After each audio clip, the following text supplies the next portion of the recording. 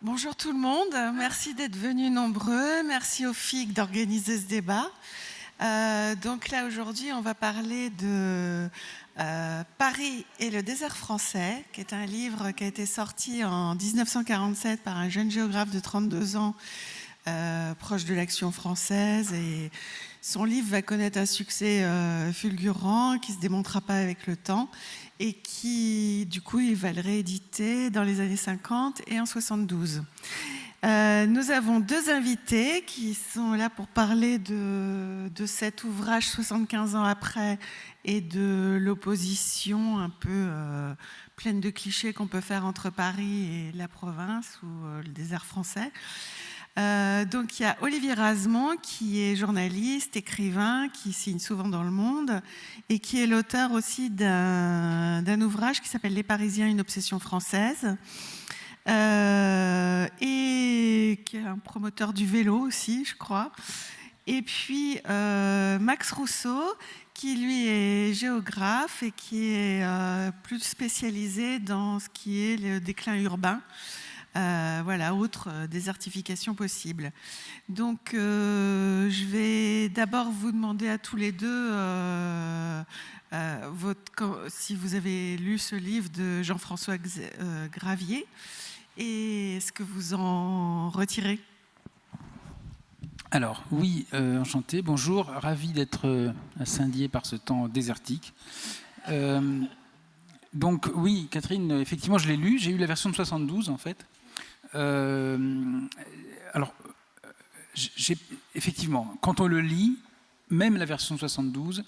Qui est expurgée par rapport à celle de Oui, mais il apparaît quand même très nettement que c'est un type extrêmement conservateur, voire obscurantiste, plein d'idées précises sur ce qu'il faudrait faire, ce qu'il faudrait faire des villes, c'est-à-dire en gros les vider, et ce qu'il faudrait faire des campagnes, c'est-à-dire les repeupler par des bons Français. Je résume, c'est à peu près ça. C'est une idéologie d'ailleurs qui continue d'exister, et donc on le retrouve complètement dans ce livre. Ce qui est fascinant avec ce titre, Paris et le désert français, c'est que le titre, le seul titre, alors même parfois que les gens n'ont pas entendu parler de Jean-François Gravier, qui ne savaient pas son histoire, parce qu'en fait, effectivement, il était Action française, mais pendant la guerre, il était vichiste aussi, il était à Vichy, etc. Et après la guerre, il avait une trentaine d'années, il a fait ce bouquin en 47, donc juste après. Enfin, c'était un peu le programme de la rénovation nationale 10 ans après, quoi. Enfin, pratiquement. Et en fait, on connaît, enfin, comment dire, le seul titre a servi de programme d'aménagement du territoire, entre guillemets, même si l'expression est galvaudée, mais voilà, pendant des décennies. C'est-à-dire, qu'est-ce qui s'est passé? Ce titre-là, il est connu, il est répété, on l'entend régulièrement, y compris dans le débat public encore aujourd'hui, la preuve, mais également dans le débat politique. Et en fait, c'est un peu au nom de ça, c'est un peu au nom du désert français, qu'on a fait d'ailleurs ce que Gravier préconisait, qui sont ce qu'on a appelé à un moment les métropoles d'équilibre dans les années 70, la volonté de l'État de rééquilibrer le territoire français au profit d'un certain nombre de grandes villes. On en a défini 8, je sais plus, Max, toi, tu dois connaître ça par cœur, mais 8, et puis ensuite quelques autres qui ont été ajoutés, etc.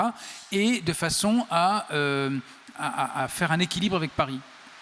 Et c'est impressionnant, là, du coup, là, le déluge, ça me...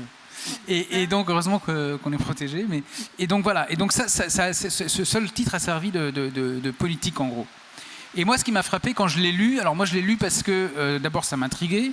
Et puis, j'ai lu parce que j'avais en tête un constat que j'ai fait depuis un certain temps, qui est que qui peut être considéré, un certain nombre de gens considèrent que c'est le même que Gravier, mais je ne suis pas Action française, mais qu'effectivement je pense qu'il y a trop de monde en région parisienne. Pour résumer, j'ai écrit avant, alors je ne suis que journaliste, j'observe ça à ma manière, mais bon, j'ai écrit avant un livre sur les villes moyennes, sur la désertification des villes moyennes, j'utilise exprès le mot désertification, avec notamment les commerces qui ferment, etc.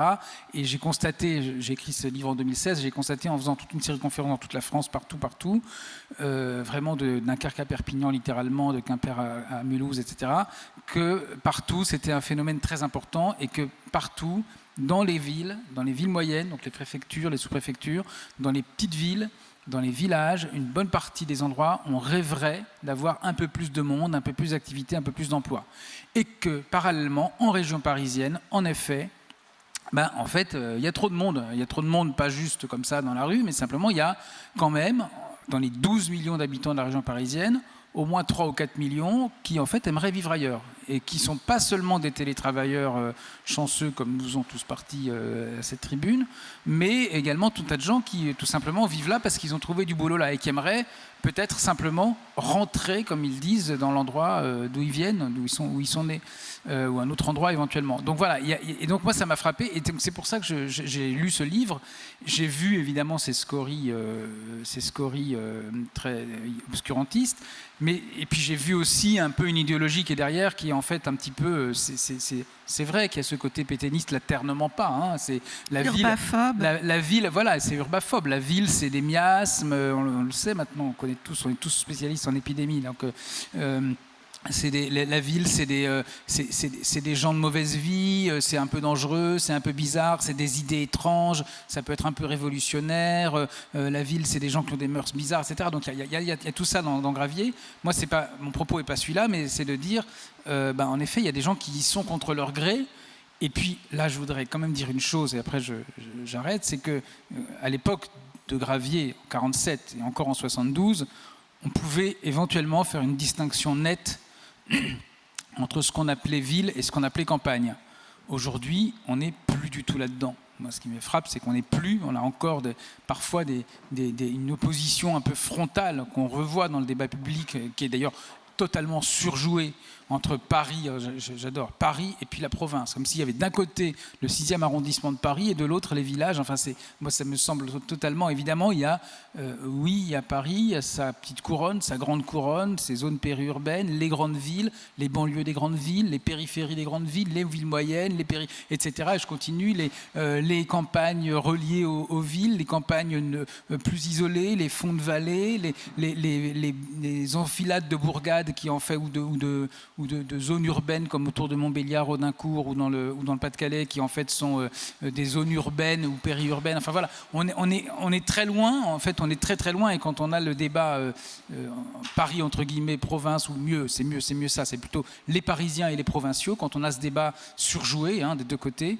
en fait on oublie complètement l'extrême diversité, pour ne parler que de la France, des territoires. Et là dans Gravier il n'y a pas ça du tout, parce que lui il est en fait complètement dans l'opposition ville-campagne. Donc voilà, mon propos, c'est à propos de Gravier, c'est certes, oui, il est crypto-fasciste ou ce qu'on veut, ok, mais ne résumons pas le débat de la surpopulation en fait des métropoles et de la région parisienne en particulier au fait que Gravier ait été maurassien dans sa jeunesse. Voilà. Ouais, il n'y a pas grand-chose à rajouter par rapport à ce qu'a dit Olivier. Donc moi aussi j'ai lu le bouquin la semaine dernière, du coup, à la bibliothèque de Montpellier.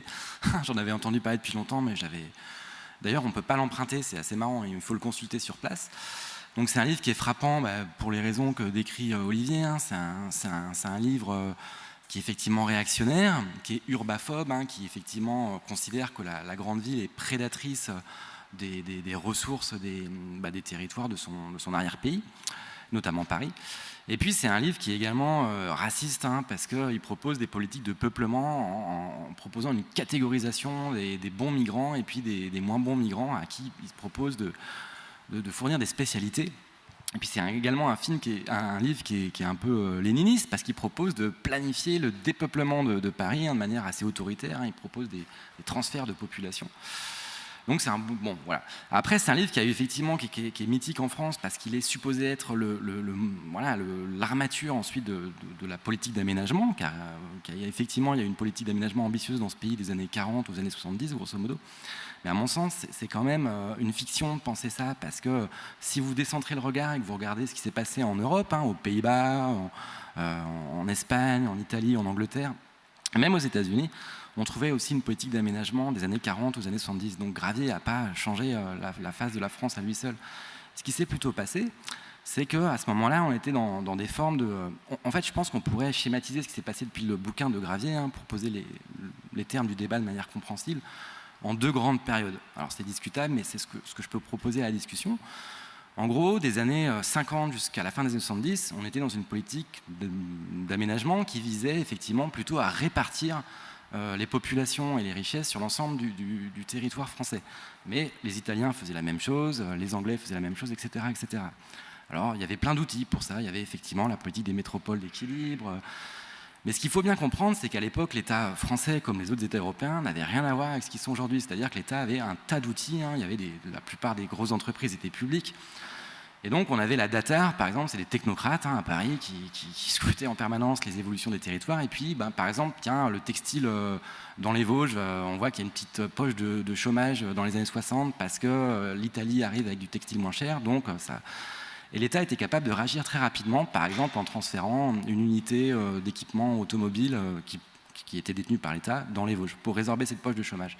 Pourquoi est-ce que l'État faisait ça? C'était pas pour être gentil avec les gens, c'était juste parce qu'on était dans un système économique, Fordisme, qui nécessitait que l'intégralité de la population participe à la consommation. Parce que la consommation, c'est ce qui faisait tourner les usines. Et on était dans le cadre d'une économie industrielle et nationale. Les choses commencent à changer à partir des années 70 et la mondialisation s'accélère, pour le dire grosso modo.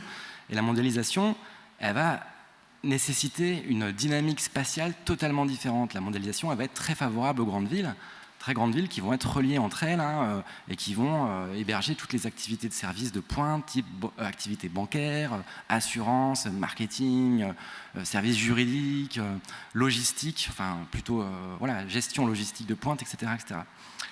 Et donc ça va être une économie d'archipel, pour utiliser le terme de Pierre Welst, qui va relier plutôt les métropoles entre elles.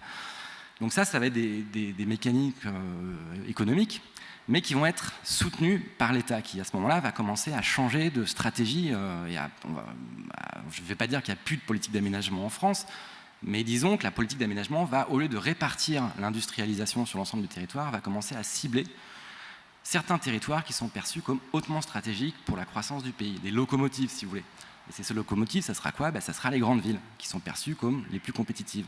Là encore, c'est pas du tout propre à la France, vous trouvez ça partout. Le pire des cas, c'est sans doute les États-Unis. Les États-Unis aujourd'hui, en fait, c'est un pays qui est quasiment intégralement en déclin, pour être provocateur, à part une douzaine de métropoles, que tout le monde connaît, Los Angeles, New York, Chicago, etc., qui tirent à elles seules quasiment l'intégralité de la croissance du pays. Voilà. Donc, voilà ce que je voulais dire pour l'instant. Ouais. Alors, en fait, ce que ce livre voulait souligner et qui reste peut-être encore actuel, c'est l'hypertrophie non pas de Paris, mais de la région parisienne. Parce que c'est très différent d'habiter en Seine-Saint-Denis ou dans le centre de Paris. Mais comment se traduit cette hypertrophie? Est-ce qu'aujourd'hui, on y renonce un peu ou est-ce qu'on ne relance pas la machine avec le Grand Paris? Alors oui, c'est quand même, effectivement, malgré tous ses défauts, c'est aussi ce qu'il dit, Ravi. Il dit ça, il dit en gros, il y a cette hypertrophie parisienne à l'époque. La banlieue était déjà, la petite couronne était déjà, avait déjà plusieurs millions d'habitants, mais c'était surtout vraiment Paris et sa proche banlieue, alors qu'aujourd'hui, il y a 12 millions d'habitants, effectivement, en Île-de-France, sur 66-67. C'est beaucoup, et c'est une densité assez importante. Et effectivement, ce qui est frappant, ça a un petit peu changé avec les fameuses. Alors d'ailleurs, c'est Laurent Davzy qui le dit très bien. Il dit en fait, le fameux programme des métropoles d'équilibre est arrivé finalement à maturation vers 2008-2010, en gros, quand les fameuses métropoles que chacun connaît, Strasbourg, Bordeaux, Lyon, Nantes, etc., sont devenues vraiment des villes, en fait des petits Paris, je résume, avec y compris un cadre de vie qui ressemble beaucoup et de plus en plus au cadre effectivement qu'on connaît à Paris. Mais malgré tout, moi ce qui me frappe, c'est qu'on continue.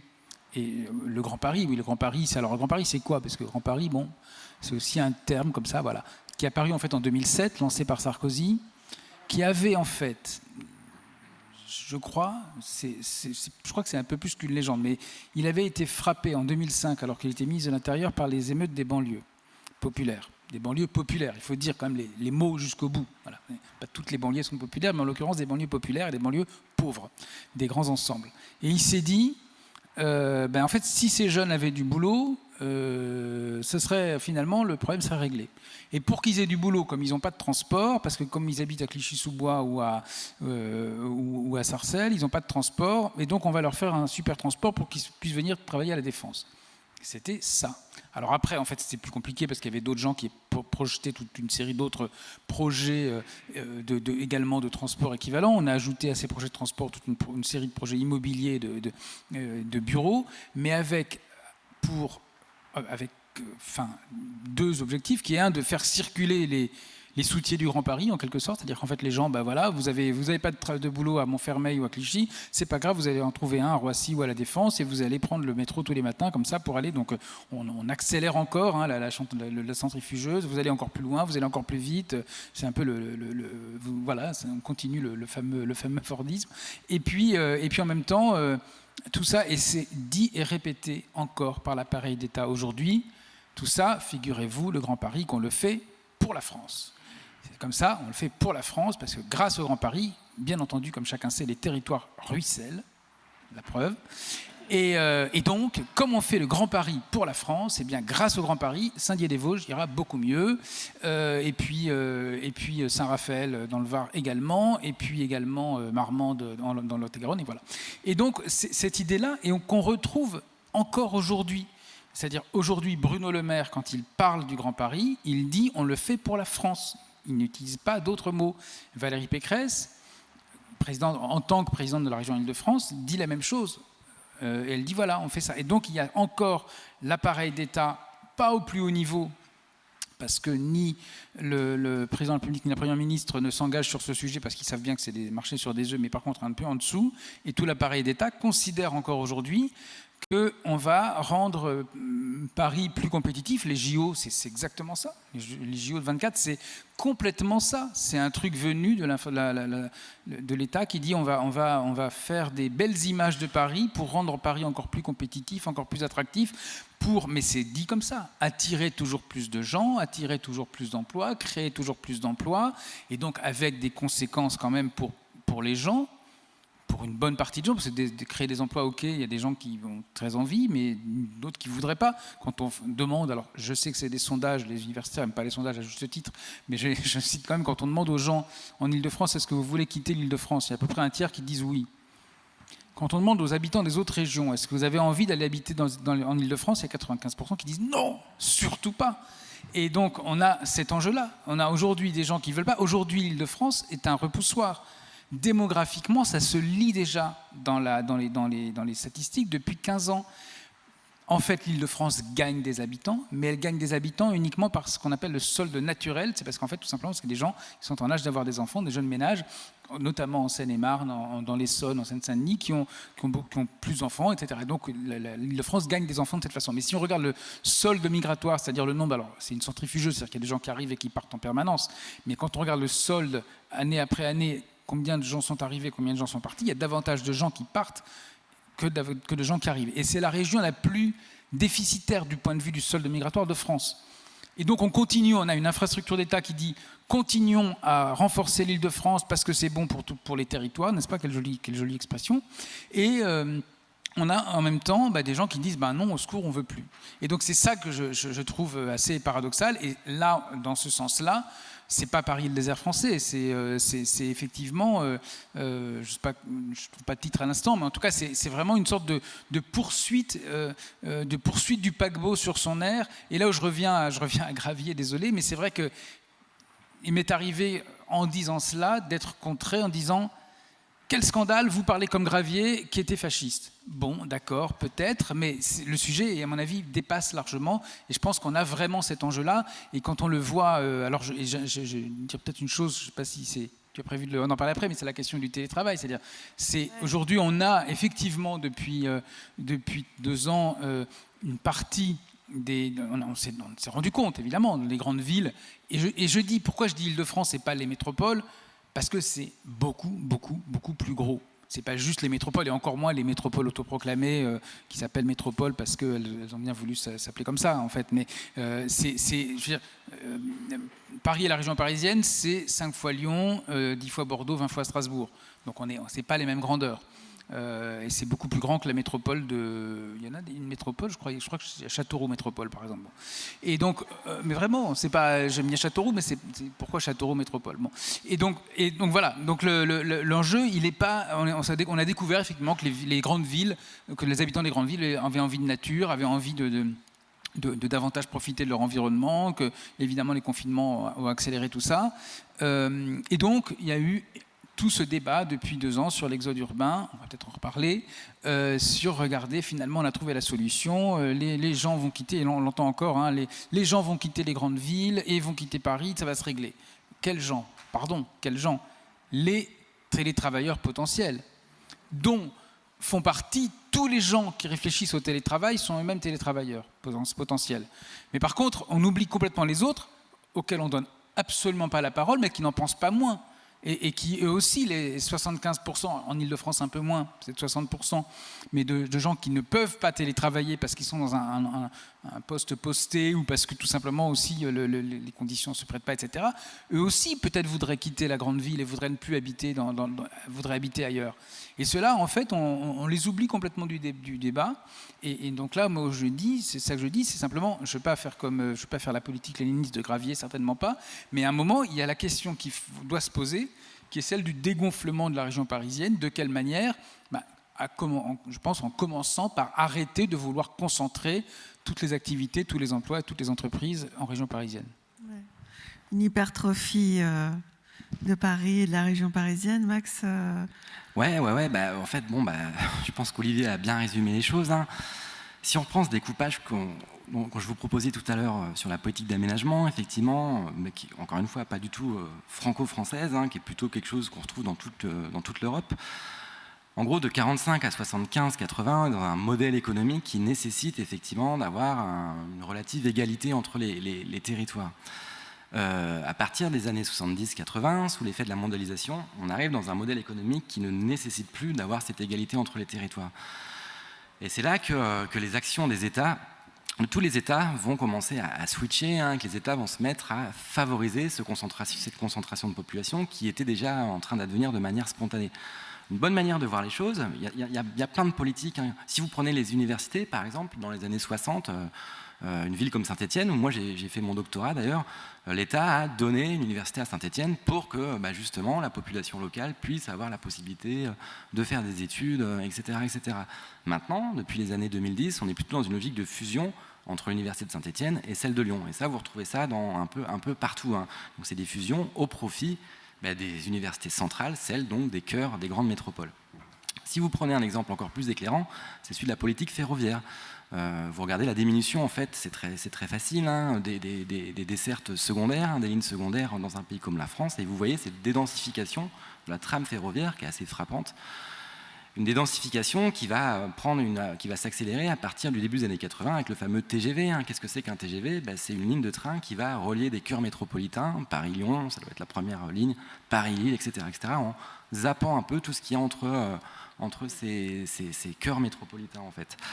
Voilà, donc tout ça va produire effectivement mécaniquement une dévitalisation de ce qu'il y a entre les métropoles. Alors pour en revenir à Paris, hein, c'est vrai que c'est la plus grande ville française, elle est effectivement hypertrophiée, hein, par rapport à la taille du pays. Si on compare à un pays comme l'Allemagne, hein, on ne trouve pas une ville aussi dominante. Ça s'explique pour des raisons historiques, que Gravier, là pour le coup, met assez bien en lumière, hein, la monarchie, puis la Révolution ont renforcé le centralisme parisien. Est-ce que c'est bien ou est-ce que c'est pas bien ? Alors, c'est pas à moi de me prononcer là-dessus. Je pense que c'est bien si on prend le point de vue de Davezy, qui a été cité tout à l'heure. Qu'est-ce qu'il explique, Davezy ? Il explique qu'on n'est pas du tout dans une métropole parasitaire, mais au contraire dans une métropole redistributrice. Pourquoi ? Si vous regardez les chiffres du PIB français, vous remarquerez, et c'est la même chose aux États-Unis, on vient d'en parler, que effectivement, la majorité du PIB est créée dans les grandes métropoles. Avant tout en Ile-de-France, mais également Lyon, Montpellier, Toulouse, etc. Si vous prenez les 10 principales métropoles françaises, vous avez 80% du PIB français. Et ensuite, vous avez ces mécanismes de redistribution, hein, en France qui sont toujours existants, heureusement, donc la sécurité sociale, les pensions, tout ce qui va être assurance chômage, etc., qui effectivement sont des flux d'argent qui sont dirigés depuis ces métropoles vers plutôt les endroits un peu en déshérence, hein, et qui permettent justement donc finalement une redistribution sociale. Donc du point de vue social, si on suit d'Asie, c'est une bonne chose. Par contre, là, on a un problème environnemental, tout le monde commence à en prendre conscience, et après l'été qu'on vient de passer, c'est impossible de ne plus avoir ça à l'esprit, me semble-t-il. Et de ce point de vue-là, effectivement, la concentration métropolitaine, elle pose des problèmes nouveaux. C'est-à-dire que quand vous avez une ville de 10-12 millions d'habitants, elle va tirer très fortement sur les ressources des territoires avoisinants. Par exemple, pour nourrir Paris, il faut une agriculture ultra-productiviste aux portes de Paris. Ça va être la Beauce, ça va être la plaine de Champagne, etc. etc. Et c'est des modèles qui commencent à être critiqués, hein, à tort ou à raison, mais bon, ça... Moi, j'ai habité au Maroc pendant très longtemps, et j'ai fait des enquêtes dans le désert du Sahara, justement, enfin au port du désert. Donc il y a une ville qui s'appelle Zagora. Et en fait, il y a une demande des Franciliens, enfin apparemment, pour avoir des pastèques. Et ces pastèques, du coup, à Zagora, il y a des agriculteurs qui ont compris qu'ils pouvaient vendre leurs pastèques dans les supermarchés franciliens. Donc ils se sont mis à produire des pastèques. Le problème, c'est que pour produire une pastèque, il faut beaucoup d'eau, il faut 50 ou 100 litres d'eau. Or, on est dans une région qui est aux prises avec une aridité et même une pénurie d'eau, hein, de plus en plus forte. Si bien que la ville de Zagora, désormais l'été, est en rupture d'approvisionnement en eau, alors que on a continué à avoir cette agriculture de pastèques qui vient desservir en fait les supermarchés parisiens. Et les gens qui vont acheter leurs pastèques, ils n'ont pas conscience en fait qu'ils sont en train d'acheter l'eau du Maroc quelque part. Et là, on est dans des effets pervers de la mégapolisation, puisqu'on est dans une ville qui vient s'approvisionner carrément à l'étranger. Mais il y a plein de filières, hein, le soja, le chocolat, tout vient de... Voilà. Et ça vient nourrir ces grandes villes. Donc là, ça pose des problèmes environnementaux qui devraient être discutés, je pense. Oui, et à propos de cette hypertrophie de Paris, en vous écoutant, on a l'impression qu'il n'y aurait jamais eu de programme de décentralisation. Alors, est-ce que cette décentralisation s'est faite sans les moyens financiers pour l'assurer ou... Je vais y répondre après, mais je vais répondre à Max d'abord. D'abord, premièrement, la pastèque n'est jamais aussi bonne que quand il y a un peu moins d'eau dedans. Donc en fait, ça ne sert à rien de vouloir acheter des pastèques hors saison dans les endroits où elles ne poussent pas. Il vaut mieux l'acheter en saison là où elles poussent et en fait, on aura des meilleures pastèques. Première chose. Deuxièmement, il y a en plus des deux questions que tu as évoquées. Économique, ok, je sais. C'est très important, oui, c'est vrai, il faut que tout le monde soit assez riche. Voilà, donc le ruissellement, il n'appelle pas ça comme ça, Laurent Davzy, mais c'est un peu ça, le fait que les métropoles créent de la richesse qui ensuite est distribuée. Bon, ok. La question environnementale essentielle, pas seulement pour ces raisons, mais aussi parce que tout simplement les grandes villes ne sont pas soutenables sur le plan, enfin les très grandes villes plutôt ne sont pas soutenables sur le plan environnemental, même si elles sont plus denses. Je ne suis pas du tout contre la densité. Je pense qu'on peut avoir la densité au niveau d'un village, par exemple, ou d'une bourgade, ou d'une petite ville, une ville moyenne. On n'est pas obligé d'avoir la densité, n'est pas forcément liée à une population élevée. Et puis il y a la question sociale, quand même, qui est extrêmement importante.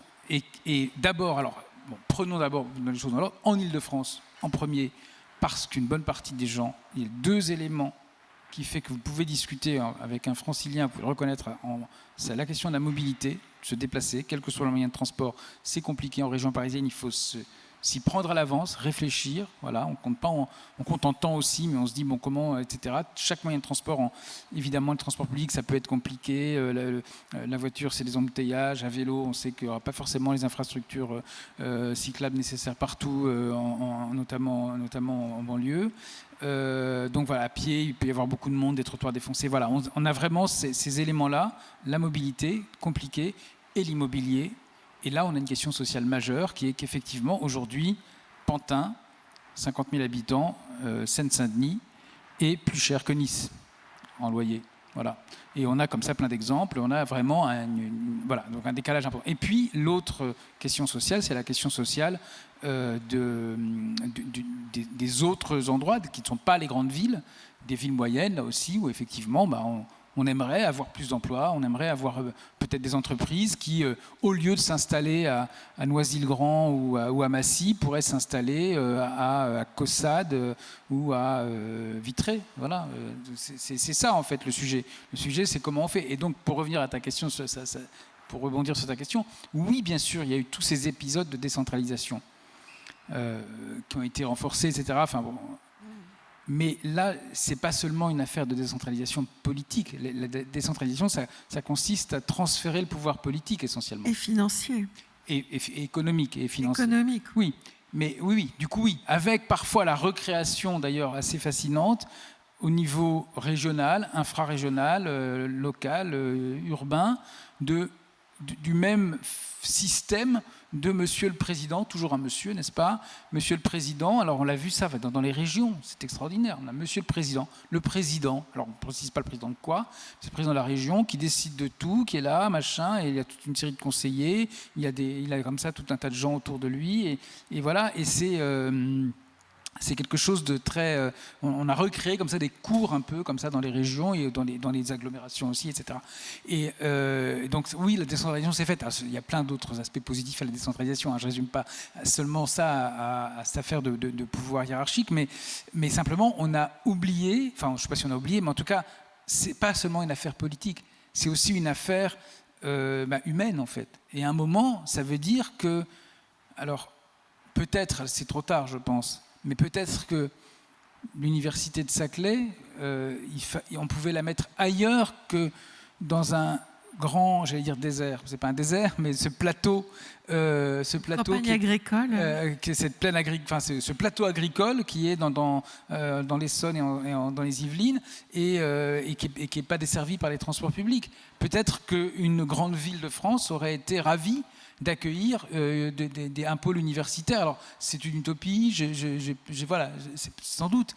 Mais simplement, ce qui me frappe, c'est qu'on a le réflexe, en dépit de la décentralisation politique, de dire, tiens, un nouvel équipement, oh ben, on n'a qu'à le mettre, et on raisonne dans les frontières de l'Île-de-France. On raisonne, éventuellement on enlève un peu l'est de la Seine-et-Marne, un peu le sud-ouest des Yvelines, puis on raisonne dans tout ça, on dit où est-ce qu'on va mettre ça, et on ne se pose pas la question de savoir... Et en parallèle, on ferme aussi des structures d'État dans des villes de province. Exactement, dans des villes moyennes, dans des petites villes, etc. Dans les années 80-90, ce qui s'est aussi passé, même un peu plus tard, c'est qu'on a décalé, on a les patrons des entreprises qui habitaient sur place. François Ruffin, le député de la Somme, le raconte bien. J'ai entendu dire ça l'autre jour. Il dit en fait dans la Somme, donc les riches, on savait qui c'était. En gros, c'était le patron de l'usine et on le savait parce qu'ils étaient au cimetière, ils avaient leur siège à l'église, etc. Et ben maintenant, le patron de l'entreprise du coin, quand elle est là, on ne sait pas qui c'est. C'est un fonds d'investissement, etc. Et c'est sans aller jusqu'au fonds d'investissement. C'est parfois tout simplement la structure de direction de l'entreprise qui est maintenant dans des tours, probablement à la Défense, parce qu'en fait ça ne prend pas ailleurs. On a essayé à Villepinte ou à Noisy-le-Grand, mais ça ne marche pas en fait. Donc en gros à la Défense. Et la structure de décision de l'entreprise, elle est là. Et puis même parfois le patron de l'usine qui est là, qui en a plusieurs, il vit pas forcément là, il vit ailleurs, il vient de temps en temps, ou il passe 5 jours à l'hôtel, etc. Donc voilà, donc c'est aussi ce décalage-là qui se fait. Et vraiment, je pense que l'enjeu, et là, ça m'est venu en discutant avec Jean Vogel, qui était maire d'un village au-dessus, qui est un peu dans le Bas-Rhin, mais juste un peu plus haut, et qui me disait, en fait, il y a des endroits où, grâce à Internet, on peut garder des entreprises, grâce au numérique. Le numérique, bien sûr, tout le monde pense au télétravail, chacun d'entre nous, etc. Bon, très bien, mais ça permet aussi d'avoir, et donc on peut utiliser mieux le fait que tout le monde soit aujourd'hui branché, où on puisse, peut-être pas dans toutes les vallées, mais en tout cas globalement, on a quand même cette facilité-là où on peut l'avoir, pour non seulement que ça serve individuellement et que ça serve aux géants du numérique, mais que ça serve également à des entreprises qui, localement, vont pouvoir tout simplement éditer des codes barres, par exemple. Et on n'est pas obligé d'être en région parisienne beaucoup moins obligé qu'avant pour avoir une entreprise, quelle qu'elle soit, bien sûr industrielle, mais aussi tertiaire, en fait. Et Max Rousseau, la décentralisation... La décentralisation, en fait, on l'utilise plutôt dans un sens politique. Donc oui, c'est un ensemble de lois qui date du début des années 80, sous Mitterrand, qui visait effectivement à renforcer les pouvoirs des élus locaux, notamment en leur transférant les compétences en urbanisme, par exemple. Ce qui a d'ailleurs boosté le phénomène de périurbanisation en France, parce qu'il y avait également beaucoup d'intérêts locaux parfois à créer des lotissements. Bon, aujourd'hui, on voit bien les limites, par exemple. Donc c'est pas toujours une si bonne chose que ça. C'est pareil, ça doit être discuté, oui, selon quelle modalité, avec quel transfert de ressources. Mais si on compare, encore une fois, la France avec des pays voisins, comme l'Allemagne par exemple, force est de constater que les régions françaises, c'est des nains politiques comparés aux régions allemandes. Encore aujourd'hui, hein, on reste dans un pays effectivement qui est très centralisé en fait. Oui, contrairement à l'Italie ou l'Allemagne, c'est pas une ville, c'est pas un pays multipolaire. C'est vraiment une. En fait, c'est un peu facile de comparer l'Allemagne sur ce point. Non, mais même l'Italie. Bah oui, parce qu'en fait, l'Allemagne, par définition, est un pays fédéral. Donc même historiquement. Mais même quand effectivement, à l'Italie, ou même l'Espagne, avec des pouvoirs différents dans les communautés autonomes, etc., ou évidemment la Belgique, mais quand on regarde vraiment le poids de Paris et de sa région par rapport au pays, à la fois quand on additionne le poids politique, le poids économique et le poids culturel, quand on sait que les subventions pour les musées, par exemple, qui sont beaucoup plus importantes, je n'ai plus les chiffres en tête, mais dans les musées parisiens, mais vraiment pour le coup parisien et un peu en proche banlieue, que n'importe où ailleurs, quand on regarde ça, on s'aperçoit que la France, il n'y a pas beaucoup d'exemples en Europe avec des pays équivalents. En fait, le Royaume-Uni, il y a des nations qui sont différentes. Comment ? Oui, d'accord, mais l'Écosse, oui, je sais. Voilà. Ben, j'allais le dire. Pardon, monsieur. Mais si vous me laissez terminer ma phrase. Non, mais bien.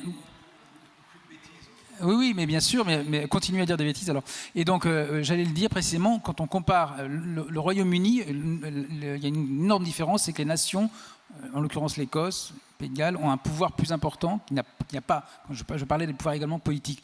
Par contre, effectivement, quand on compare, comme exemple, il y a sans doute la Hongrie, avec le même rapport un peu complexe avec la capitale, probablement la Lettonie aussi, un rapport un peu bizarre aussi avec Riga et cette domination. Et voilà, et il y a peut-être quelques autres pays comme ça, mais enfin voilà, on est quand même loin il n'y a pas que l'Allemagne qui peut servir de comparaison. Oui, rassurez-vous, monsieur, il y aura une dernière demi-heure réservée aux questions du public. Donc vous pourrez intervenir. Oui, du coup, je ne sais plus ce que je voulais vous demander. Oui, décentralisation. Et alors, aussi, le titre de ce livre, pour revenir au thème des déserts, on se dit, au niveau sémantique, c'est quand même fou de se dire que après Paris et le désert français, alors désert français, ça veut dire qu'on met tout le reste dans le même sac. Après, on a parlé de province, qui met aussi tout dans le même sac. Ensuite, on a parlé en région, pareil. Et maintenant, on parle de territoire. Et c'est comme on parle d'un non-voyant à propos d'un aveugle ou d'une personne âgée à propos de vieux. Enfin, on a l'impression qu'on ne met pas de mots sur quelque chose qui est beaucoup plus complexe, beaucoup plus... et qui mériterait peut-être d'être énuméré, enfin d'être décliné. Ouais, si, oui, absolument. Bah non, mais en fait, quand ces termes-là, comme désert, comme diagonale du vide, comme France périphérique, etc., c'est des termes politiques, hein, c'est des termes qui sont là pour enclencher des débats et puis demander des réponses politiques. Donc, bon, pourquoi pas, hein, très bien. Et là, on a un exemple très intéressant en ce moment avec la médiatisation très forte du terme de désertification médicale qui sert à interpeller les pouvoirs publics sur, effectivement, une pénurie de médecins dans certains territoires qui peuvent être d'ailleurs des territoires urbains comme ruraux. Après, pour en venir le terme de territoire, c'est pas le meilleur, mais au moins il a le mérite d'exister pour montrer une diversité des trajectoires. En fait, ce qui est intéressant, c'est que il vaut mieux se départir de ces grilles un peu simplistes, même si elles ont leur mérite aussi, hein, et observer la diversité des trajectoires. Si vous prenez le monde rural français, il y a une diversité très très forte. Vous avez des territoires touristiques qui s'en sortent très très bien. Vous avez des territoires industriels qui se maintiennent, comme la Vendée par exemple, qui maintiennent un tissu industriel intéressant. Des territoires ruraux en désindustrialisation qui sont préoccupants, comme la Haute-Marne par exemple. Vous avez des territoires de très très très faible densité comme les Cévennes ou les Causses dans le sud de la France, où là vous allez avoir une revivification très forte de ces territoires avec des populations qui s'installent, etc., etc. Donc du coup, ces grandes oppositions, il vaut peut-être mieux les mettre de côté. Oui, de côté, oui. Et je suis partagé avec ces termes en fait, parce que autant le terme province, je le trouve ridicule, même s'il a une histoire. Le fait de dire en région, c'est complètement idiot. Alors là, vraiment, je vois ça parfois écrit dans le journal, et en virgule en région, mais ça veut dire quoi? Voilà. Et dans les territoires, pour dire en gros pas Paris, c'est encore pire. Et en même temps, moi j'ai écrit sur les villes moyennes. Il y a des gens qui m'ont dit ah non, il faut surtout pas parler de ville moyenne parce que ça fait référence à la moyenne, c'est pas terrible. On va plutôt dire ville médiane. Bon. Sauf que ville moyenne, tout le monde comprend. Donc voilà, pourquoi vouloir trouver des mots différents pour les choses aussi. Et toujours à propos de dessert, Max, vous avez travaillé sur des désertifications à l'intérieur des villes, et notamment dans des villes moyennes, pour reprendre l'expression, mais aussi en des désertifications de services, par exemple, en banlieue aussi parisienne ou dans des banlieues d'autres métropoles. Est-ce que vous pouvez nous décrire cette désertification à l'œuvre ? Oui, alors nous, on n'utilise pas ce terme de désertification, on préfère le terme de déclin, parce que c'est un terme à peu près stabilisé du point de vue de la recherche urbaine, en fait, à l'international, donc il nous va très bien. En fait, ce déclin urbain, qu'est-ce que c'est ? C'est un processus multidimensionnel avec 3 composantes principales, en gros. Une dévitalisation économique, donc très, très concrètement, c'est des usines qui ferment, ou des entreprises, ou des commerces. Une paupérisation de la population, qui généralement accompagne le premier processus, c'est-à-dire que les gens vont perdre leur emploi et se retrouver à vivre des minima sociaux, ou bien à basculer dans l'informel. Et puis on va trouver également un vieillissement de la population, etc. Et on va trouver surtout une décroissance démographique. Ça va être l'indicateur principal, c'est-à-dire qu'on va être sur des villes qui en gros perdent des habitants, ce qu'on peut mesurer assez facilement entre chaque recensement. Du coup, quand on a ces processus qui se mettent en œuvre, en fait, les processus de déclin, après, ça devient très très très difficile d'en sortir, parce que vous êtes dans des villes qui deviennent répulsives. Et en fait, vous avez des flux, donc nous, ce qu'on montre, c'est qu'en fait, vous avez des flux sélectifs, c'est-à-dire que vous n'avez pas seulement que des gens qui partent, mais vous avez aussi des gens qui arrivent. Ceux qui partent, c'est les forces vives du territoire, donc généralement, c'est les plus jeunes qui partent faire leurs études. Par exemple, ici dans les Vosges, vous avez des gens qui vont partir faire leurs études à 18 ans vers Nancy ou Reims, ou je ne sais pas trop, ou Strasbourg.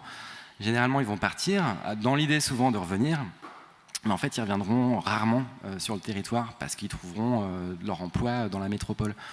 Et du coup, si vous faites les statistiques, ensuite, vous voyez qu'ici, vous êtes sur un territoire qui va perdre un habitant et une métropole qui va gagner un habitant, donc -1, +1.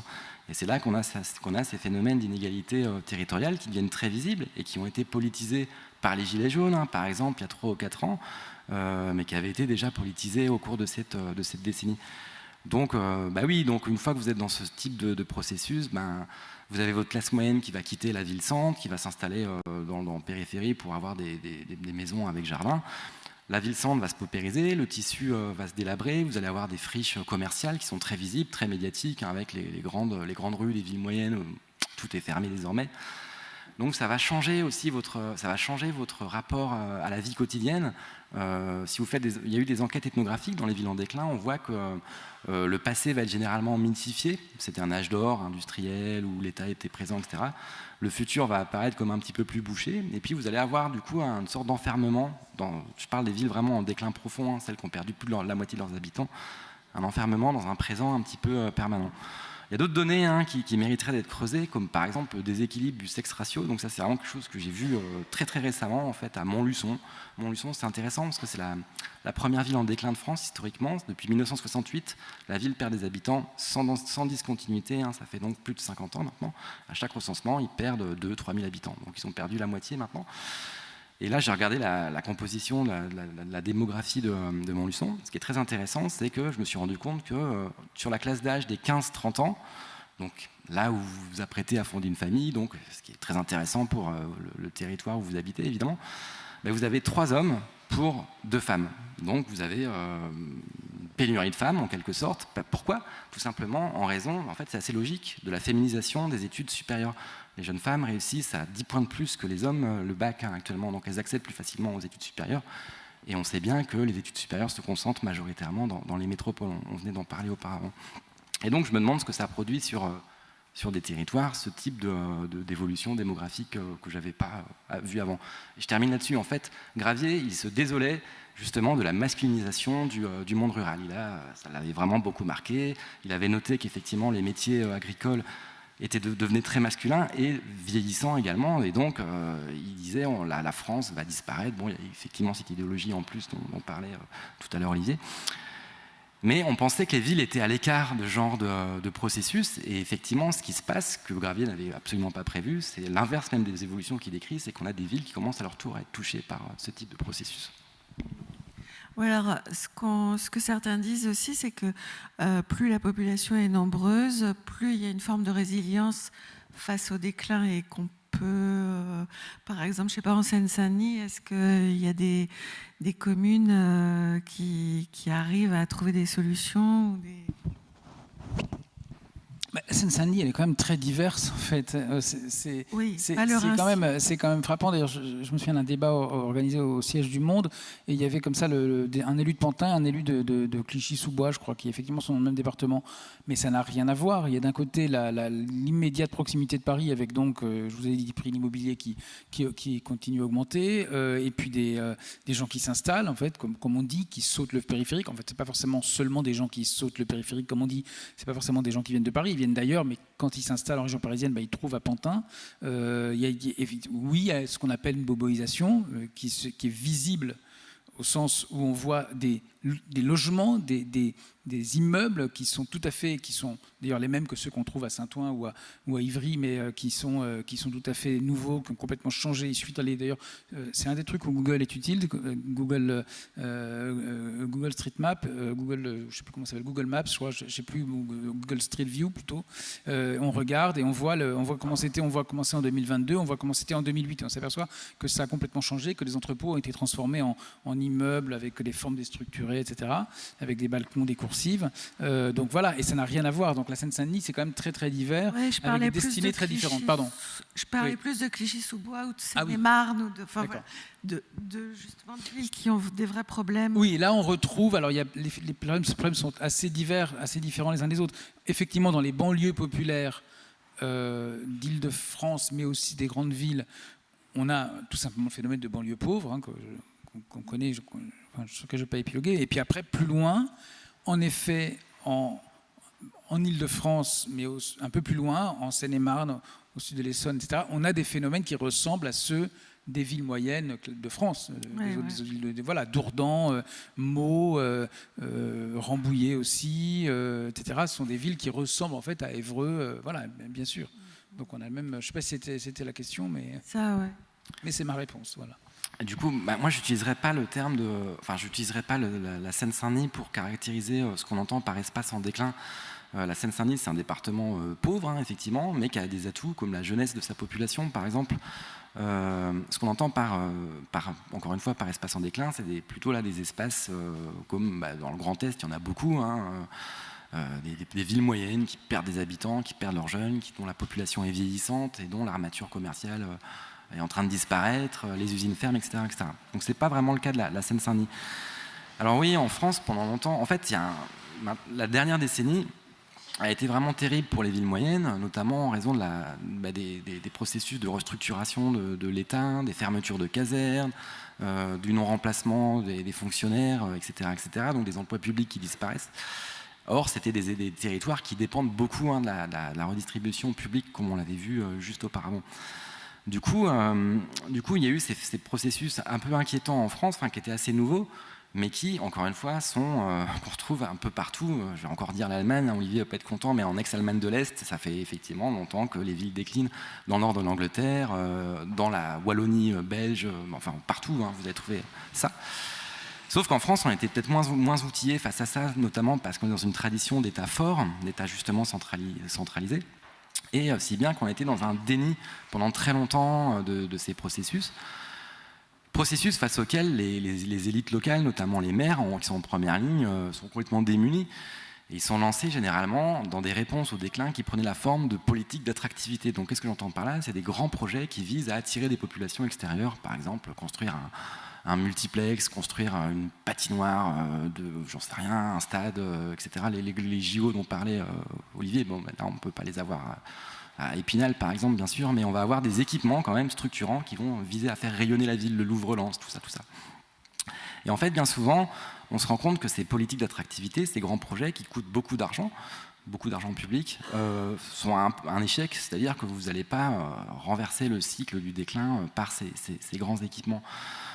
Et ça commence à se savoir, si bien que depuis 4 ou 5 ans, effectivement, vous avez des villes, des villes en déclin qui commencent à changer leur fusil d'épaule et à accepter leur situation et à reconnaître qu'ils sont en déclin, mais justement pour espérer, en se disant, en fait, une ville qui rétrécit, c'est pas forcément une ville qui va mourir. On peut très bien être plus heureux dans une ville en fait qui rétrécit. Ça peut être une ville à taille humaine. On peut être dans une ville décroissante. Après tout, la croissance, c'est aussi un processus qui montre ses limites. Tout le monde commence à en avoir conscience. On parle de sobriété même au gouvernement, qui n'est pas un gouvernement léniniste pour le coup. Et du coup, voilà, donc on a ces changements, et ces changements, là encore, on ne les retrouve pas seulement en France, mais ils commencent à arriver dans certaines communes, donc c'est plutôt quelque chose d'intéressant à suivre. Ouais. Tu as des exemples, parce que j'ai vu que tu citais des exemples, alors je ne sais pas si on a le temps. J'en ai pas mal. Un ou deux, ouais. Voilà. Alors moi je citerais bien l'exemple de... nous on a fait un bouquin sur Cleveland, parce que là c'est une très grosse ville, on n'a rien de comparable en France, mais une ville qui a effectivement un plan de décroissance planifié, donc avec des démolitions massives, et qui remplace les quartiers. En fait, ce qui est intéressant quand vous détruisez des parties de la ville, c'est terrible pour les habitants, c'est un traumatisme, il ne faut pas du tout se voiler la face, c'est dur.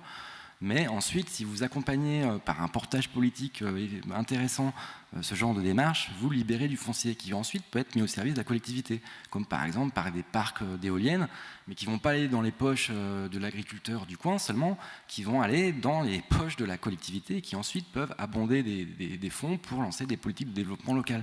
Il y en a plein, par exemple à Decazeville, qui est une ville en déclin, une ville minière, ils ont relancé une filière bois avec un lycée agricole, donc une filière de menuiserie, en utilisant le bois de robinier, qui est l'essence locale qui avant servait de soutènement dans les galeries minières, qui désormais sert à fabriquer des meubles d'extérieur. Mais un exemple intéressant, c'est pas bien loin d'ici, c'est Vitry-le-François, qui est une ville en déclin classique, qui perd des habitants depuis la fin des années 70, qui a démoli effectivement un de ces quartiers construits à l'époque des 30 Glorieuses, un quartier de logements sociaux, sans reconstruire. Et qui désormais, donc c'est une ville qui accepte effectivement, ça a été très compliqué, effectivement, parce que les gens n'ont pas envie de vivre dans on est tous imprégnés de l'idéologie de la croissance, c'est normal. Et donc ça fait peur des fois de se dire qu'on est dans un environnement qui est voué à être moins grand, à diminuer, voilà, à se restreindre. Mais du coup, ça débouche sur des questions très intéressantes sur qu'est-ce qu'on va faire du coup avec le foncier qui est libéré par ces démolitions. On peut le remettre au service, on peut en faire un commun en fait. Il va être temps de conclure avant de donner la parole au public. Alors finalement, comment faire pour qu'une capitale se partage de façon beaucoup plus équitable avec le reste du pays? Comment faire pour qu'elle ne soit pas hypertrophiée et qu'elle ne s'étouffe pas elle-même quelque part et que tout le monde en profite vraiment? Oui, c'est ça, vraiment c'est ça. Qu'elle ne s'étouffe pas elle-même, c'est exactement ça. Et ça se fait pas en 5 minutes, voilà. Je pense que la première chose, c'est en fait un peu bêtement la prise de conscience. Et on n'en est pas encore là. C'est-à-dire que cette question de l'hypertrophie francilienne, elle est souvent vue comme un problème de Parisiens. Eh ben, je pense que ce n'est pas un problème de Parisiens. Je pense que c'est un sujet qui intéresse en France tout le monde, parce que justement, une partie des problèmes viennent de là, et qu'on peut tout à fait... Alors, plein de détails à ajouter, mais je ne les ferai pas maintenant. Mais ça fait pas forcément...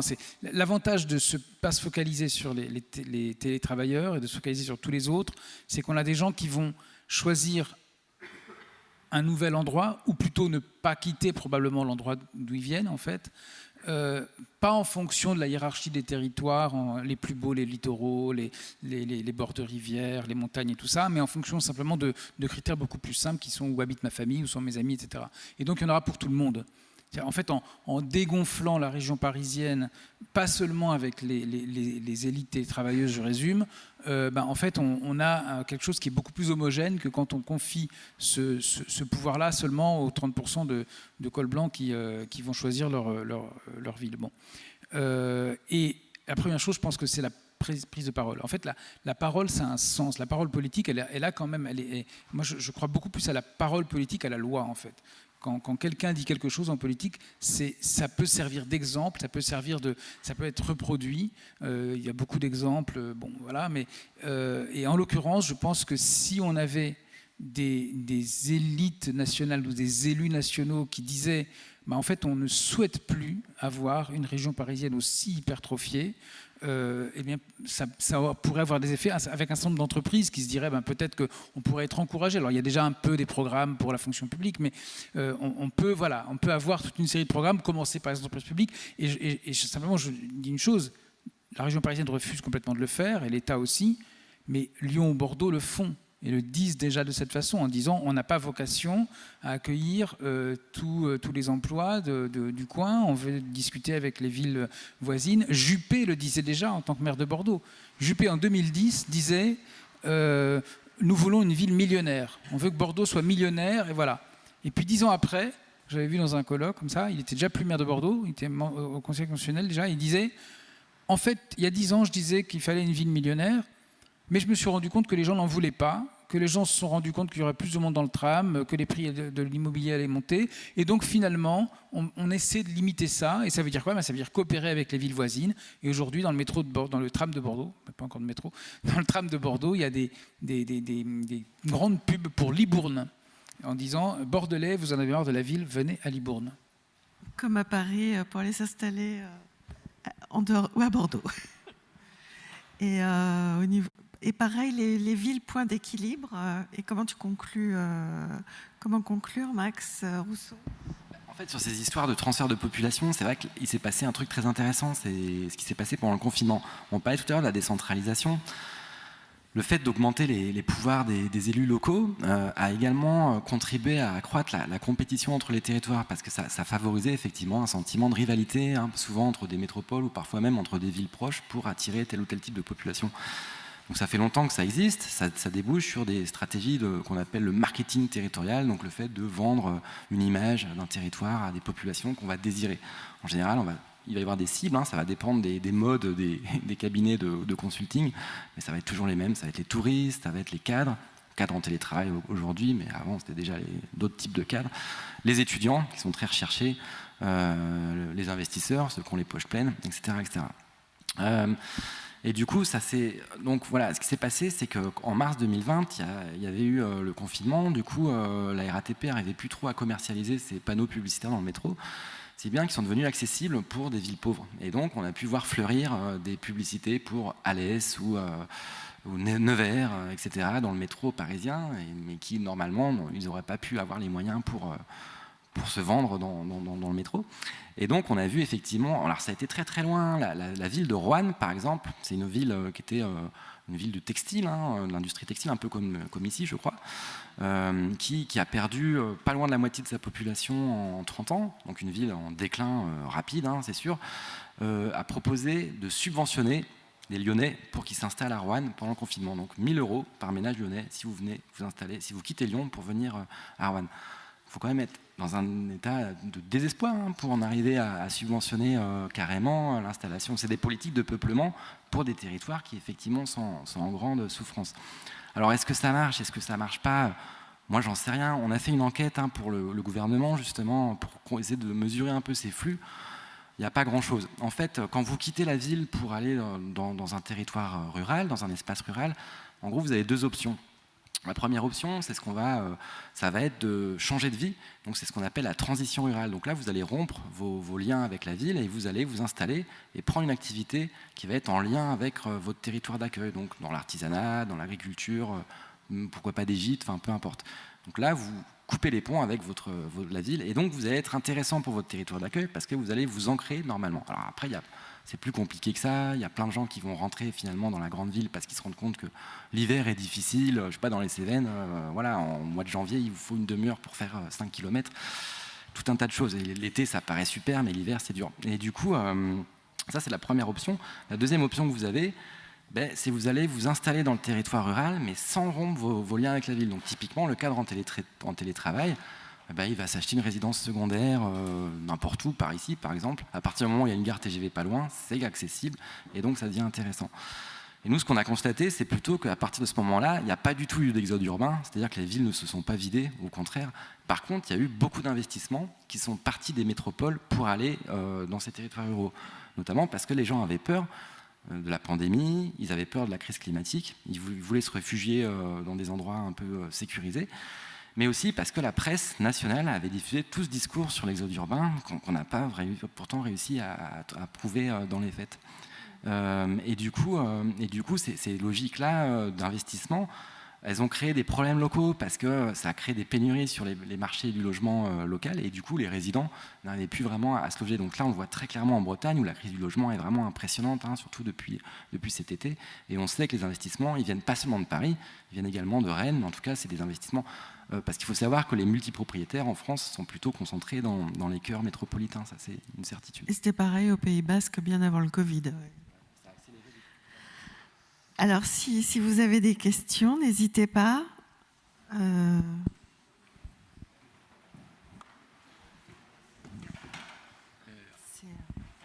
vois rien que c'est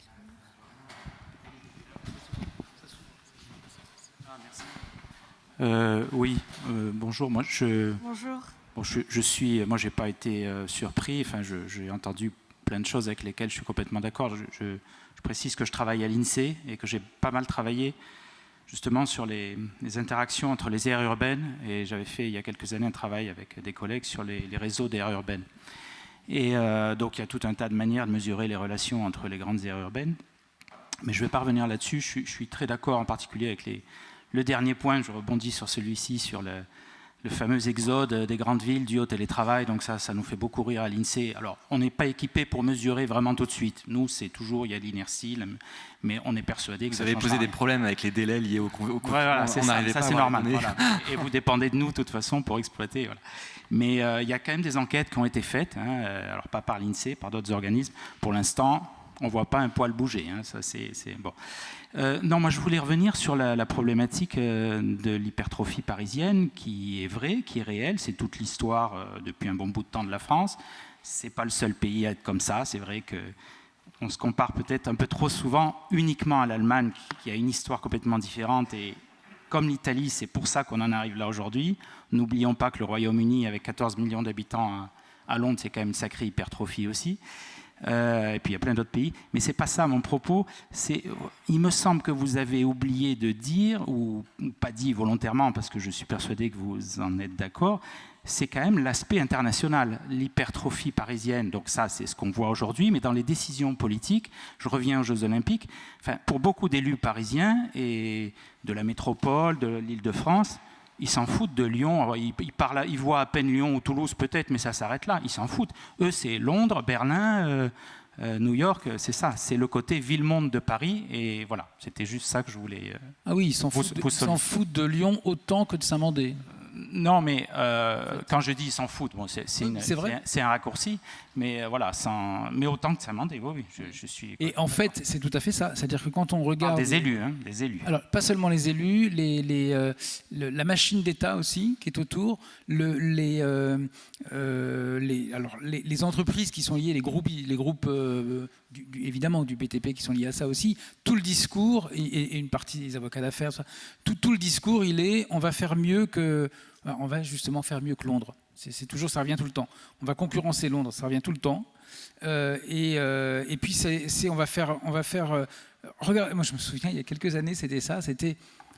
Rendez-vous compte, quelle chance ils ont à Moscou. Il y a une loi qui permet de ne pas écouter les opposants au grand projet. Génial, bon, voilà, super, c'est sûr, etc. Et en plus, à Doha, ils arrivent à construire des gratte-ciel en très peu de temps, parce que voilà, il y a Singapour aussi. Bon, voilà, donc les références, c'est ça en fait. Et en effet, et quand on regarde, et ce que dit, c'est pas moi qui l'ai inventé, j'ai juste regardé, probablement avec vos statistiques aussi, ce qu'a fait le géographe Daniel Béard dans son atlas du Grand Paris, d'ailleurs, qui est très bien fait. Il dit en fait, l'essentiel de l'économie francilienne, certes, il y a une partie importante de l'économie francilienne qui est liée à cette internationalisation, à la mondialisation, évidemment, voilà. Mais l'essentiel de l'économie, c'est une économie qui s'auto-entretient, en fait.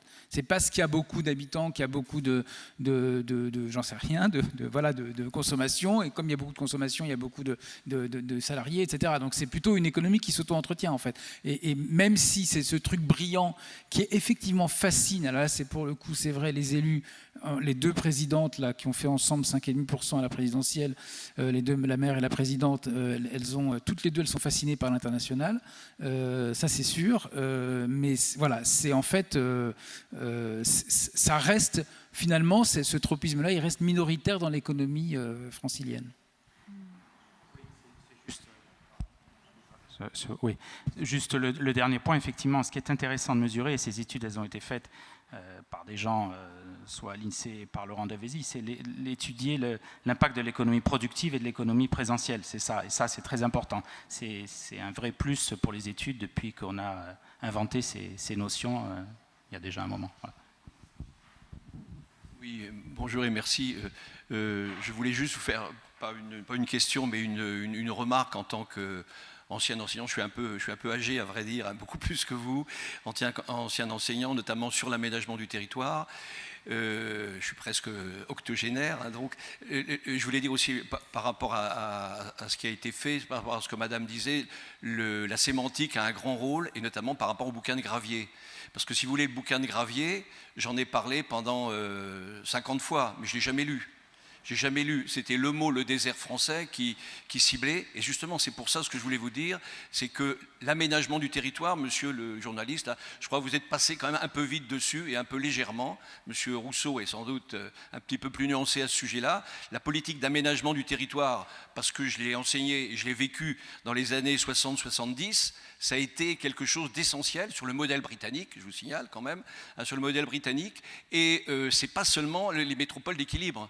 Ça a été beaucoup d'autres choses, hein, notamment au point de vue aménagement, par exemple, pour rester dans le domaine de la géographie qui est le mien, l'aménagement de la montagne, l'aménagement des littoraux, certains équilibres, la politique d'aménagement du territoire, c'était, alors la référence était par rapport au Brulot et au texte de Gravier, que j'ai jamais lu, mais le désert français, ça parlait, et donc, si vous voulez, il y a eu beaucoup de choses qui ont été faites et qui ont donné des résultats, et permettez-moi quand même aussi l'expression, quand vous dites la Datar, je ne sais pas si lequel de vous deux a dit, et ces technocrates, dans la Datar, je vous signale qu'il y avait beaucoup de géographes. Hein.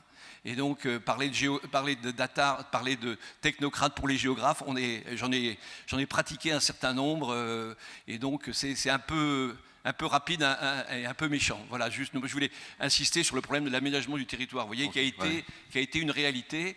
Et enfin, je ne vais pas discuter de ça avec vous parce que je ne vais pas monopoliser la parole, mais le Grand Paris, je n'ai pas du tout la même vision de la chose que vous. C'est tout. Ouais, le terme de technocrate était peut-être mal choisi. En fait, ce que je voulais simplement dire, c'était que c'était un aménagement qui était piloté depuis Paris quand même. La Datar, c'était des géographes, mais c'était quand même des gens qui avaient surtout des analyses quantitatives, me semble-t-il, et qui regardaient dans leur fonctionnement, c'était quand même... Enfin, c'était pas un fonctionnement très décentralisé, quoi. C'était un organe interministériel, etc., etc. Enfin, me semble-t-il. Alors, je vais vous donner un exemple précis qui me concerne directement. Il y avait un organisme de la Datar qui s'appelait l'Oréalm. Je ne sais pas si vous dites quelque chose, l'organisme d'aménagement de la Loire moyenne, dont je faisais partie. Et donc, c'était pas qu'à Paris. C'était pas qu'à Paris, il y avait aussi pour Orléans et Tours un plan de la Datar qui a été d'ailleurs partiellement mis en application, mais qui a donné des choses, qui a donné des résultats. Et il n'était pas du tout. Bon, il y avait une relation évidemment étroite avec Paris, d'autant plus qu'avec la localisation relativement proche, ça jouait, mais c'était pas seulement à Paris. Vous avez dit donc que le concept du Grand Paris, c'était un petit peu pour maintenir l'attractivité de l'Île-de-France ou pour l'augmenter, si j'ai bien compris. Et en fait, il faut quand même dire que par exemple, le Grand Paris, c'est le métro, et que ce métro a d'abord pour objet de rendre les conditions de transport des Franciliens un petit peu plus acceptables qu'elles ne le sont maintenant, pour éviter des trajets d'1h30, 2 heures. C'est un rattrapage, hein, le Grand Paris Express, le métro. Hein. Donc ça permet aux Franciliens de vivre un peu mieux, de moins utiliser la voiture. Pour les Franciliens, il y en a peut-être une majorité qui veulent rester en Île-de-France. Et la seconde remarque, je dis ça tout de suite, ça concerne, si vous voulez, ce que fait l'État, les administrations centrales, de délocaliser un petit peu leurs activités dans des villes, des métropoles, mais aussi des villes plus petites.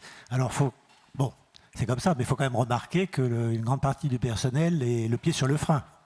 C'est un peu comme si on avait demandé à tous les chercheurs du plateau de Saclay d'aller dans une grande métropole, hein, ni Polytechnique, ni Centrale. Bon, toutes les grandes écoles, les facs, tout ça, déjà, le plateau de Saclay, c'est loin, alors une grande métropole. Donc, comme on ne veut pas être coercitif, comme dans certains pays, comment fait-on s'il y a une réticence des agents à vouloir bouger?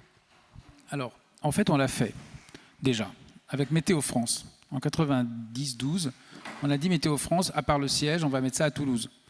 La moitié des salariés, effectivement, étaient les pieds sur le frein.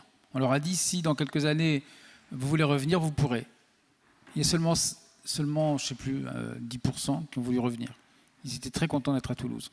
Total a fait la même chose avec son centre de recherche qu'il a mis à Pau. Les gens étaient très contents d'être à Pau, ils sont restés. C'est pas systématique, ça vaut pas généralisation, mais simplement, effectivement, personne n'aime le changement a priori.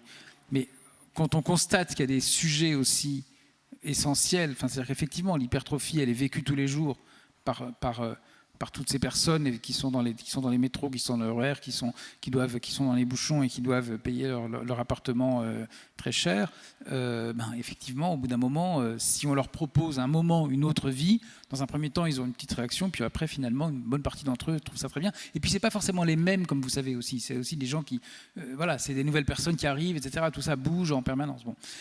Sur la question du Grand Paris Express, alors oui, c'est toujours présenté de cette façon, ça va améliorer les transports, etc. Quand on regarde, alors il est en cours, on ne va pas l'arrêter, bien sûr. Mais quand on regarde quand même, on fait le Grand Paris Express, alors assez bizarrement d'ailleurs, pour le coup à Londres, on fait une ligne qui traverse tout de façon à faciliter finalement l'accès à Londres. Là non, on ne facilite pas l'accès à Paris, on facilite l'accès à tout autour. Bon, en disant comme ça, on va pouvoir faire le tour avec vraiment le truc, Clichy-sous-Bois, la Défense, ça fait partie des choses. Avec l'idée de créer d'autres pôles ailleurs. D'abord, on fait ça dans un endroit relativement dense où la population n'augmente plus tant que ça. Elle augmente beaucoup, beaucoup plus en Grande Couronne, qui n'est pas du tout concernée par le Grand Paris Express, mais qui le paye quand même.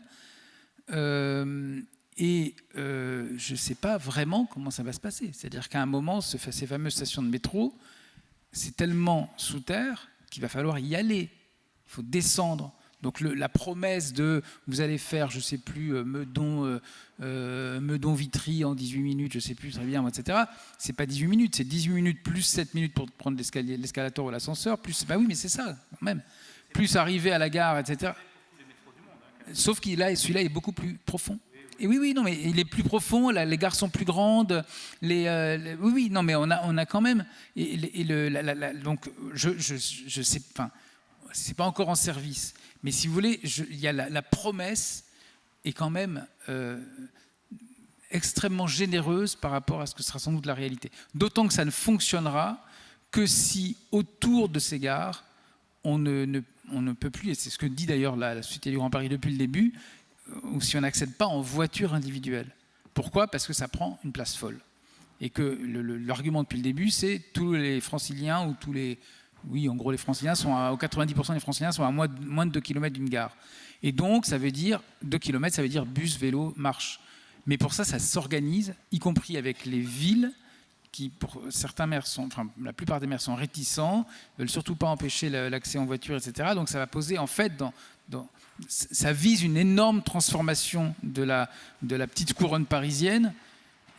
Premièrement, je ne suis pas sûr que ce soit la priorité, mais bon, c'est en train de se faire. Il faut faire en sorte que ce soit mieux. La SGP, d'ailleurs, a au fur et à mesure changé son projet. Au début, le projet était uniquement le super métro, ça va tout changer. Maintenant, ils prennent mieux en compte les habitants, ce qui est autour et tout. Mais premièrement, est-ce que c'est la priorité ? Et deuxièmement, est-ce que ça va vraiment marcher ? Moi, je suis assez sceptique, en fait. Ça dépend pour aller de où à où, quoi. Il y avait une autre question. Oui, j'ose ouvrir la boîte de Pandore. Je suis ici, là. Ma question est très simple. Vous avez parlé de plusieurs auteurs comme Laurent Davezy, Pierre Weltz. Ma question, c'est pour vous, aujourd'hui, ouais, je suis juste là, hein, je vais me lever si vous voulez. Quels sont un peu les auteurs structurants qui définissent un peu la politique d'aménagement du territoire? Laurent Davezy, moi je le lisais il y a 10 ans. Aujourd'hui, voilà, quels sont les gros auteurs qui travaillent ces thématiques-là? Donc là, c'était un peu la boîte de Pandore que j'ai ouverte. Et ma deuxième question, dans 75 ans, quelle sera la conférence ici? C'est-à-dire quel sera l'ouvrage phare avec un titre un peu marketing, un livre que peu de personnes auront lu et qui fera travailler, enfin qui nous réunira ici? Merci beaucoup. Donc une question très ouverte, une question plus complexe. Je peux répondre à aucune de ces questions, je suis désolé. Je ne sais pas et je ne sais pas. Tu parles des gourous de l'aménagement en fait, hein, c'est ça si j'ai bien compris.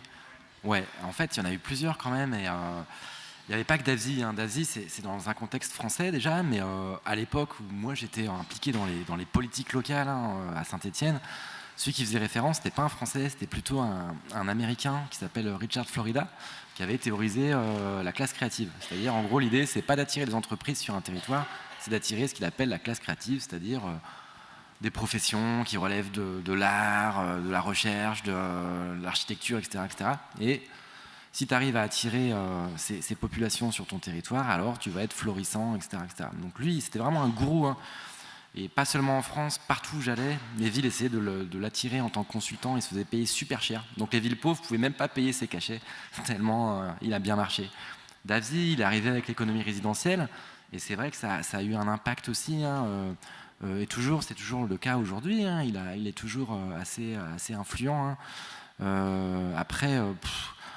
Après, c'est aussi des modes. Donc ça, c'est les grands les grands gourous hein, dans le domaine, peut-être en France. Ah non, il y en a un autre qui a eu un impact très très fort, bien sûr, c'est Guy Lui sur la France périphérique. Ça a été effectivement extrêmement lu. Hein, en tout cas, dans la France que j'étudiais moi, hein, c'est sûr que ça a été un livre de référence pour le meilleur et pour le pire. En tout cas, il était extrêmement influent. Moi, je vous conseille plutôt La France sous nos yeux de Casselli et Fourquet. Voilà, je préfère ce bouquin-là. C'est sûr que par rapport à ce qu'on disait tout à l'heure sur le fait de se méfier des grands schémas comme Paris et le désert ou la France périphérique ou la diagonale du vide, etc., le bouquin dont vient de parler Olivier, il a le mérite de poser la France comme un mosaïque de trajectoires diversifiées. Et ça, c'est effectivement sans doute plus vrai. Je vous conseille aussi Les Filles du coin. Les Filles du coin, j'ai oublié le nom de l'autrice, je suis désolé, ça ne se fait pas.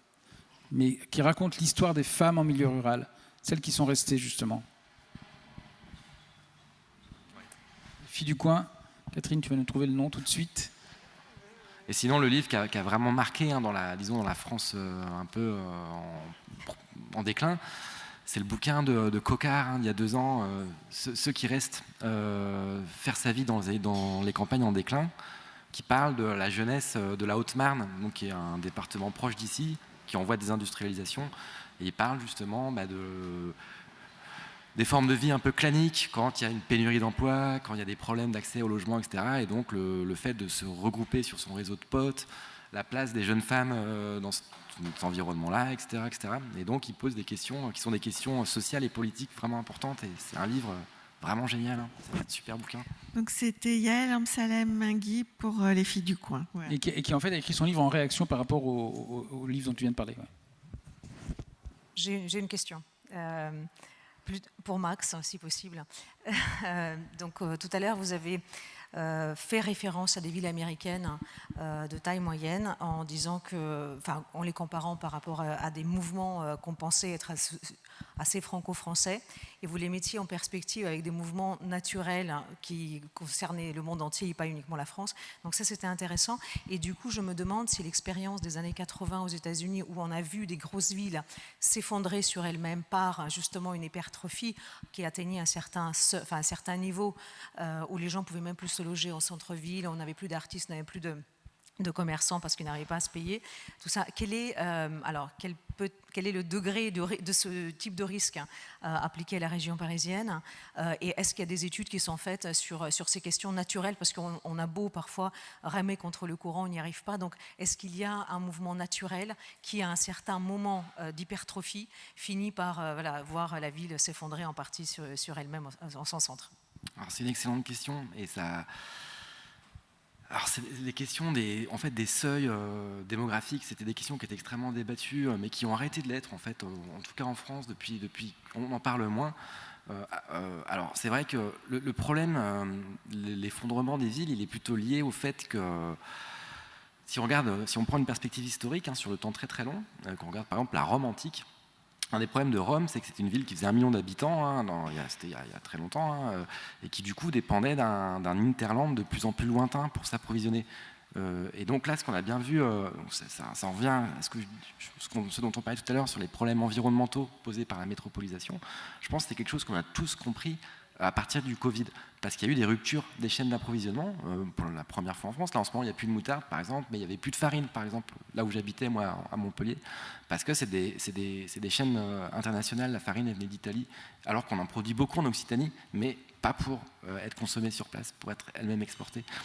Et du coup, ça c'est vraiment important, parce qu'effectivement, une des théories de l'effondrement de l'Empire romain, il y en a plein, bien sûr, il y a les pandémies, il y a tout un tas de choses, mais une des théories, c'était que la ville était devenue monstrueuse par rapport à... il y avait trop de gens, et c'est vrai qu'il ne faut pas oublier que la caractéristique de la population urbaine, c'est que c'est une population qui ne produit pas sa propre pitance. Ça veut dire qu'un citadin, il dépend d'autres pour le nourrir. Et du coup, ça c'est en train de provoquer... moi, j'ai vécu en Afrique pendant longtemps. Effectivement, ça provoque des phénomènes d'accaparement de terres, c'est-à-dire qu'il y a beaucoup d'États très urbanisés qui commencent à acheter des terres en prévision des problèmes pour s'assurer en fait un approvisionnement garanti. Donc c'est peut-être plus de là que peut venir ce problème de macrocéphalie. Sinon, sur les États-Unis, comme sur l'Europe, le problème c'est plutôt la désindustrialisation. C'est plus ça ce qui a détruit les villes, ça c'est certain. Ça a été bien documenté, et ça c'est un problème qui est devenu global, parce que en fait, il y a un économiste américain qui a montré que depuis 10 ans, c'est assez sidérant ce qu'il montre. Il montre que le monde entier se désindustrialise sous l'effet de l'hégémonie d'une poignée de pays d'Asie du Sud-Est, notamment de la Chine. Donc en fait, il n'y aurait qu'une dizaine de pays qui s'industrialiseraient aujourd'hui, mais le rythme de la désindustrialisation, par exemple en Amérique latine, dans un pays comme le Brésil, il est comparable à celui du Michigan dans les années 70. Ce qui explique également une radicalisation très forte, peut-être, de l'offre politique, y compris dans des pays des Suds, et aussi en Afrique. Mais je pense que le risque d'étouffement de l'Île-de-France n'est pas lointain. Il faut vraiment l'envisager. C'est le fait que la ville se sclérose à force de vouloir toujours davantage se déplacer, de devenir de plus en plus invivable. En fait, par ailleurs, il faut aussi la rendre beaucoup plus vivable, cette région. Mais si on continue à la laisser se rendre de plus en plus invivable et de plus en plus être un repoussoir, je ne pense pas qu'elle va s'effondrer comme non, peut-être pas Cleveland, mais comme Dayton, Ohio, ou comme Detroit. Mais en tout cas, je pense ça commencera par les élites qui peuvent s'en aller. Voilà, et puis après, je ne sais pas. Après, comme on ne sait pas de nos jours ce qui va se passer la semaine prochaine, voilà. Donc.